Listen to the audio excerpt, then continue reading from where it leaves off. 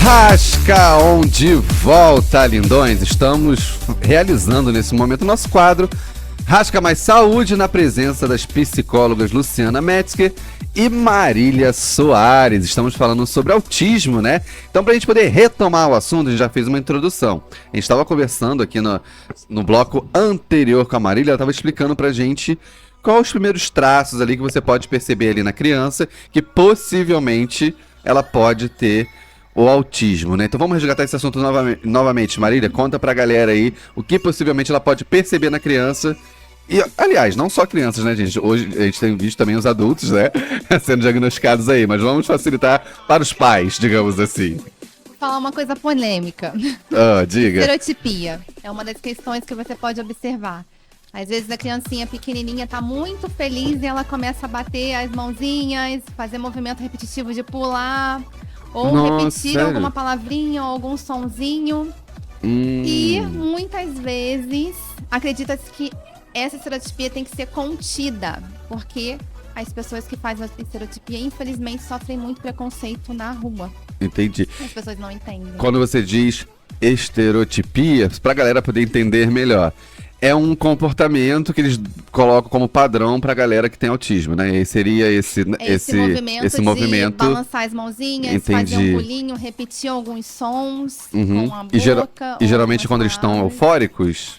Geralmente eles têm uma função, é para se autorregular. Então algumas crianças fazem quando estão muito felizes, outras quando estão nervosas, outras quando estão se sentindo desconfortáveis com alguma coisa. Então sempre vem com essa função de se regular. Sim. Porque o ideal não é conter isso, paralisar isso, fazer a criança parar. Porque é um sistema regulador para a criança. Então, se eu paro de fazer, se a criança está feliz, eu peço para ela parar de balançar o bracinho. O que eu tô dizendo pra essa criança? A mesma coisa se eu estivesse dizendo pra uma criança típica, se ela estiver feliz, para de sorrir. Entendi. Imagina, para de sorrir quando você tá feliz. Você não pode demonstrar totalmente sua felicidade. Então, quando eu falo pra uma criança autista, para de balançar a mãozinha quando você estiver feliz, eu tô dizendo pra ela, para de demonstrar sua felicidade. Para de se regular. Entendi. Muito interessante. Você também comentou sobre o lance de chamar o nome, né? A criança não atende. Isso. Pode comentar novamente pra Quando o gente? paizinho ou a mãe chama essa criança pelo nome e ela não olha, ela não atende, é uma coisa a ser observada. Até que idade seria padrão as crianças já começarem a atender? Um ano mais ou menos. Um ano e meio. As palavrinhas, com 2 anos, ela já tem que estar falando em torno de 200 palavrinhas. Entendi. Com função. Essas palavras têm uma funçãozinha na vida delas. Entendi. Muito bem observado. Diga, Lu, você vai fazer uma Não, eu queria que colocação? a Marília falasse um pouquinho pra gente, né, assim, sobre esse percurso pro diagnóstico, né? A quem buscar, qual o profissional para fechar um diagnóstico e também, né, esse acompanhamento multidisciplinar necessário. Boa, Maria. Diga. A primeira coisa que as mães sentem é desespero. Desespero. O que eu faço com essa informação desse diagnóstico? Não, já é a mãe, as mães já são desesperadas. Nasceu um filho, nasceu uma mãe, desespero. Aí a criança, de vez de ter o transtorno, a pessoa fica mais desesperada. Será que eu errei? O que eu faço se eu estou achando que o meu filho tem esse diagnóstico? Primeira coisa, se acalmar o coração e procurar o profissional certo. O ideal é um caminho sempre para um neuropsicólogo, que ele vai fazer uma série de avaliações ali, vai gerar um relatório falando sobre o resultado dessas avaliações. Só que ele não fecha o diagnóstico, esse profissional não tem a capacidade para isso, porque não é parte da formação dele, não fecha. Ele dá ali uma indicação de que é provável que tenha ou que não é provável. Mas por que é interessante de passar por esse neuropsicólogo? Porque a segunda etapa é ir para um neurologista ou psiquiatra. Porque é ele que vai fechar esse diagnóstico ou descartar de vez. Mas esse relatório do neuropsicólogo, ele vai auxiliar nessas questões da avaliação do neurologista e o psiquiatra. Geralmente uma consulta com psiquiatra e neurologista é 30 minutos, 50 minutos, às vezes um pouquinho mais, dependendo do profissional. É muito pouco tempo. Pouquíssimo tempo para avaliar uma questão tão séria. Sim. E por isso é interessante que ele vá com esse relatório. Terceira etapa. O que eu vou fazer se o meu filho recebeu esse diagnóstico? Ou o que eu vou fazer se ele não recebeu o diagnóstico, mas apresenta algum atraso no desenvolvimento? procurar um profissional que possa fazer uma intervenção. E aí ele vai procurar um terapeuta ABA, um analista do comportamento, que tem essa formação. As avaliações que o analista do comportamento vai fazer são diferentes da avaliação do neuropsicólogo. O neuropsicólogo é para ver se tem uma indicação e uma possibilidade de existir um diagnóstico ou não. A avaliação do analista do comportamento vai ser direcionada para a intervenção. Então, ele vai fazer uma série de avaliações dessa criança, usando protocolos validados de análise do comportamento, com o intuito de criar um plano de ensino específico para essa criança. Entendi. Interessantíssimo. Bom, gostaria, esse vou deixar para o próximo bloco também, da gente falar do autismo em adultos, né? A mídia agora também está vendendo, não vendendo, né? Eles estão passando muito essas informações de adultos sendo diagnosticados. Um dos casos que meio que viralizou recentemente, Letícia Sabatella foi diagnosticada com autismo, né? Apareceu em todos os sites de fofoca aí. Então, bora comentar sobre isso no próximo bloco, Marília, para poder, né? Às vezes as pessoas podem, né, ter algum grau, digamos assim que fama, nível, graus? Nível de suporte. Nível de suporte, boa. E aí, né, ainda não tem essa clareza, né? Até porque os transtornos antigamente, né, na geração passada, eram tratados, vamos botar entre aspas, meio que frescura ou doideira, né? As pessoas tinham um estigma muito supérfluo. Muita falta de informação. Falta de informação demais, da saúde mental. Então, e às vezes os adultos crescem com essa cultura aí achando que determinadas coisas eram bobeira, frescura, e nem sabe o que ela tá passando ali, que pode ser realmente algo sério, né? Que ela precisa de ajuda e precisa de tratamento. Bom, daqui a pouco a gente volta, gente. Bora ouvir um som pra dar uma relaxada. Daqui a pouco a gente volta. Música, entretenimento. Rasca de volta! Tá rolando o quadro Rasca Mais Saúde, na presença das queridíssimas e competentes psicólogas Luciana Metzger e Marília Soares. Estamos batendo um papo sobre o transtorno do espectro autista. Marília e Lu, encerrei o último bloco comentando sobre o autismo nos adultos, né? Como que é essa situação para uma pessoa que ainda tá ali na vida adulta, mas ainda não percebeu? Falamos aí que de repente do nível 1 chega na vida adulta e ninguém percebe esses comportamentos e, obviamente, nós temos uma parcela de população que às vezes pode ter e ainda não sabe. Como que é isso no dia a dia? Exatamente. Muitas vezes nós temos o estereótipo de pensar que só o nível 1 chega na fase adulta, mas o nível 3 de suporte também chega. Então nós podemos ter duas situações completamente diferentes. Dois autistas adultos completamente diferentes. Um que ainda não desenvolveu a fala. Muitas vezes, ele tem capacidade de desenvolver a fala, tá? Só 28% não desenvolve. Tem outras questões relacionadas à apraxia da fala, enfim. Mas, às vezes, esse adulto não recebeu o suporte necessário. Não recebeu a intervenção necessária para desenvolver. Então, nós temos, sim, o nível de suporte 3 que chega na fase adulta, que precisa de intervenção, tão quanto o nível 1. Que muitas vezes passa despercebido pela população. Muitas vezes não tem nenhum diagnóstico. Então, nós vamos perceber aquele adulto que muitas vezes tem dificuldade em relações sociais, não tem uma habilidade social. Então, muitas vezes ele se isola e não tem tanto grupos de amizades. Ou aquele adulto até que tem grupos de amizade, mas chega num ambiente e não consegue se relacionar. Muitas vezes esse adulto não vai ter um contato visual sustentado. Ele não consegue conversar muito tempo olhando para aquela pessoa. E aí o que muitas pessoas começam a pensar: nossa, ele não tá olhando para mim. Será que ele não tá interessado na minha conversa? Será que ele tá desenhando de mim? Verdade, faz sentido. Muita gente pensa isso. Mas só que o autista, ele até se esforça para mascarar isso para agradar o outro. Isso acaba fazendo mal a ele. Entendi. Porque o contato ele é um visual esforço, né? Causa desconforto. Causa até dor, às vezes. E eles se esforçam para serem aceitos. E aí a gente tem que pensar nesse contexto. Até que ponto a gente tem que intervir para que ele mantenha um contato visual sustentado durante uma conversa. Entendi. Ou até que ponto a gente tem que educar a população para entender o que está acontecendo. Sim, faz totalmente sentido. Até porque também você não vai perguntar para a pessoa se ela tem, né? Se você não conhece a vida pessoal dela, né? É uma situação. Eu li que o IN tende a ser maior na população masculina, é verdade? É verdade, é verdade. Às vezes não tão grande assim. Por que acontece? As mulheres, elas mascaram mais as características do autismo. Não só do autismo, né? Coitadas das mulheres. Olha. Mulheres passam por tanta coisa, elas precisam mascarar. Diga. Que as mulheres vão modulando melhor.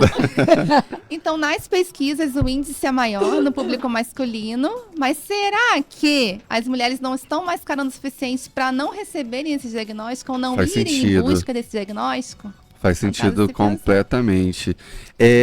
A gente estava falando um pouco sobre ser genético, né? Você estava comentando sobre realmente ser genético. Existe algum outro fator que pode fazer com que uma criança... Existem alguns fatores ambientais, mas a principal causa é genética. Os fatores ambientais, eles não vêm sozinhos. Tem que estar em conjunto com uma causa genética. Entendi. Você pode exemplificar um pouquinho mais? Porque eu fiquei curioso. Como que pode acontecer? A idade dos pais e do pai e da mãe pode interferir, mas sempre em conjunto com a carga genética. Entendi. E sim, existem pais e mães que não têm nenhum gene do autismo e pode gerar um filho autista? Pode. O número é menor, a probabilidade é menor, mas existe essa possibilidade também. Existem pais e mães que têm o gene do autismo, mas que não foram diagnosticados, não preencheram os critérios de diagnóstico para ter o diagnóstico de autismo.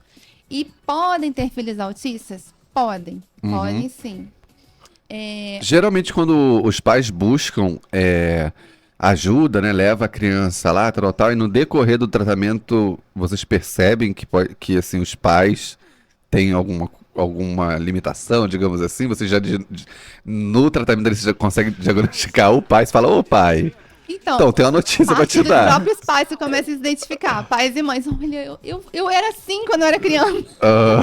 Acontece muito. Com certeza, eu imagino, né? Uma das coisas que mais atrapalha o diagnóstico é a negação, né? Porque, assim, na verdade, nós humanos, né, vivemos buscando a perfeição. E a gente precisa aprender que autismo não é um erro. Não é um erro, a pessoa não tem como a gente estava conversando aqui nos bastidores, né? Existem uma farmacologia para conter alguns comportamentos prejudiciais a ele, nocivos a ele ou outro, mas não existe um remédio para o autismo. Né? A gente precisa deixar isso claro, porque a gente a gente sempre fala aqui, eu não posso falar tudo ao vivo quando eu falo aqui nos bastidores, né? Mas por quê? Porque existem pessoas e pessoas, gente. Então, às vezes, né? Acho que essa é a grande função nossa aqui, né? No Rasca, na rádio, que é levar informações acerca do que é um cuidado, do que é um tratamento correto. Né? Para que a população, de forma geral, não caia em algumas circunstâncias que possa até piorar a saúde da criança. Com certeza. Então, assim, como a Marília falou, avaliação neuropsicológica, né? Então, vamos buscar uma avaliação neuropsicológica. Após, vamos buscar o neurologista e o psiquiatra. E após o tratamento, né, como equipe multidisciplinar. Inclusive agora, né, a Marília, inclusive, tem uma clínica que é integralmente, e a gente estava conversando um tempo atrás, ela falou sobre a nutricionista. Uma nutricionista específica para tratar, para direcionar a alimentação dessa criança. Olha que bacana. Então, assim, são informações que a gente tem que levar, o público tem que ter acesso. A gente tem que ter cuidado também para deixar bem claro, o autismo não é culpa de ninguém. Quando chega o diagnóstico, a principal pergunta que as mães e os pais se fazem é: o que eu fiz? O que eu fiz para que essa criança nascesse com esse diagnóstico? Eles começam a se culpar. E essa culpa é histórica, né? Na época, há anos atrás, e já ouvi falar até hoje em dia, tá? Existe uma teoria que fala que a culpa do autismo é das mães. Totalmente inverdade, para deixar bem claro. Acreditava-se que a mãe estimulava pouco a criança e tinha pouca interação com a criança. E aí gerava o autismo na criança. Isso é mentira. Já foi comprovado que não. É mito. E aí essas mães começaram a se sentir culpadas por conta disso. Então, assim, se chegou um diagnóstico na sua casa, esqueça o que aconteceu antes. Vamos pensar agora o que eu vou fazer daqui para frente. A questão não é onde eu vou procurar os culpados. Não existem culpados numa situação como essa. É o que eu vou fazer daqui para frente para ajudar o meu filho a se desenvolver. Eu acho também, Marília, que as pessoas às vezes não acreditam também na seriedade da coisa, sabe? Por exemplo, com certeza deve ter pais e mães ou alguém que alerta, essa criança tá de repente com uma limitaçãozinha assim, eu vejo depois. E aí esse depois vai acontecendo. A busca a criança vai crescendo, aí eu já acho que é uma perda de tempo, né? Que já poderia ser diagnosticada antes, aí tem todos os não tratamentos, vocês chamam de tratamentos, mas toda a dinâmica em torno do autista que vai ajudar ele a desenvolver melhor. Então, quanto mais tarde você demora a levar a sério determinadas características que a criança tem, mais tempo você está demorando aí, tá atrasando o desenvolvimento, né? E a melhora, né, dessa criança. Bom, gente, vamos pro nosso intervalo. Daqui a pouco a gente volta para poder fechar o nosso programa. Não saia daí que daqui a pouco eu tô de volta. Pro último bloco, hoje a gente mais do que avançou o nosso horário. Lembrando que você deve continuar aí, que às 10 horas tem Malha Fina com Toninho Lopes e Bruno Crescente conversando com vocês sobre as notícias de Angra dos Reis e região. Bom, gente, Luciana e Marília, a gente tava falando sobre estímulos também, né? Como que isso é importante. Às vezes, uma criança não tem um transtorno, mas por falta de estímulos, né, desse processo todo de aprendizagem, e se confunde aí esses diagnósticos, né? Podem falar pra gente um pouco mais sobre isso? Então, Mauri, a Marília estava falando, né, no último bloco, referente a esse estigma, né, de que a família é a responsável, porque se entendia no início, né, que a ausência de estímulo geraria, né, aí o autismo, que isso não é verdade. Uhum. Mas tem uma outra questão que, né, eu levantei a mãozinha aqui e queria falar, que é dizer o seguinte, né, a ausência de estímulo não vai gerar o autismo, todavia vai gerar realmente um déficit ali do desenvolvimento da criança. Uhum. Isso pode ser confundido com autismo. Sim. Então eu gosto muito de contar o caso, que eu adoro contar a história, né? Há muitos anos atrás, uns 12 anos atrás, eu estava atendendo um menino que chegou para mim na época, então ali com seus 14 anos, e ao entrar na sala, né, o menino ele não andava, não levantava, né, o plantar do pé. Ele arrastava o pé, o andar dele era comprometido, arrastado. E algumas crianças, a gente percebe que com 10, 12 anos, não tem, né, a mobilidade para correr. Não tem essa coordenação motora para correr, tá? E aí, quando eu olhei, eu falei, cara, vou investigar. Né? Porque a ideia era enviar, na época, para o neurologista. Entendi. Quando eu fui investigar, o que acontecia? Então, essa história é para os pais ficarem atentos. Essa criança ficava mais horas no computador do que as horas que eu tinha de contrato na empresa. Caraca! Então, eu tinha 30 horas por semana no meu contrato na empresa. A criança ficava, 34, 35 horas por semana sentado na frente do computador. Então, ele não desenvolveu, né, a parte de mobilidade, a parte de coordenação motora. É sobre isso que a gente tem que, né, entender. Uhum. Então, assim, a atividade física, né, é sempre muito bem-vindo para as crianças. A gente precisa fazer o movimento, né? A gente não tem mais casas grandes, árvore para as crianças subirem, lago, praia para ficar nadando. Você não tem mais esse espaço para a criança. Uhum. Então a gente precisa pensar sobre a importância, né, de dar a essas crianças um espaço para que elas se movimentem. O corpo precisa de movimento. Era sobre isso. Muito boa essa colocação, Lu. Arrasou. Marília, para a gente poder finalizar e fechar nosso bloco e a participação de hoje, qual conselho você daria para pais que de repente estão ali com a pulga atrás da orelha sobre esse assunto? Procurem um profissional especializado. Procurem. Não tenham medo. Uhum. Às vezes é só uma suspeita, mas às vezes a gente fica esperando tanto tempo a criança se desenvolver no seu próprio tempo, e às vezes esse desenvolvimento não tem. Então, a menor suspeita que vocês tenham, levem para uma avaliação. Já adianta esse processo, né? Intervenção. Porque ainda que a criança não tenha um diagnóstico, se ela apresenta algum atraso, ela precisa de intervenção. Boa. Então, nesse momento é o momento ideal. E se precisarem, podem ir lá no Integralmente, que é uma clínica. Pode falar, com e certeza. de Angra, procurem integralmente.angra lá no Instagram, que vocês vão conhecer um pouquinho melhor. Muito bom. Para a galera que queira ir, de repente, conhecer ou contratar o trabalho da Lu, o trabalho da Marília, vão para os arrobas. A Marília já falou, mas a gente repete. Da Luciana, @... Psicologia.lucianametzger. O seu e... Nós temos a clínica @integralmente.angra ou o meu profissional também, psicpsique.maríliafranco. Muito bom. Gente, foi ótimo o papo de hoje, esclarecedor. Já fiquei sabendo de muito mais informações que eu tinha antes. Adorei. Marília, seja bem-vinda, tá? Volte sempre quando você quiser. Se tiver assuntos novos, dá um alô na gente que você achar que é pertinente a gente falar aqui. Traga, fala com a Lu também. Vamos fazer mais participações.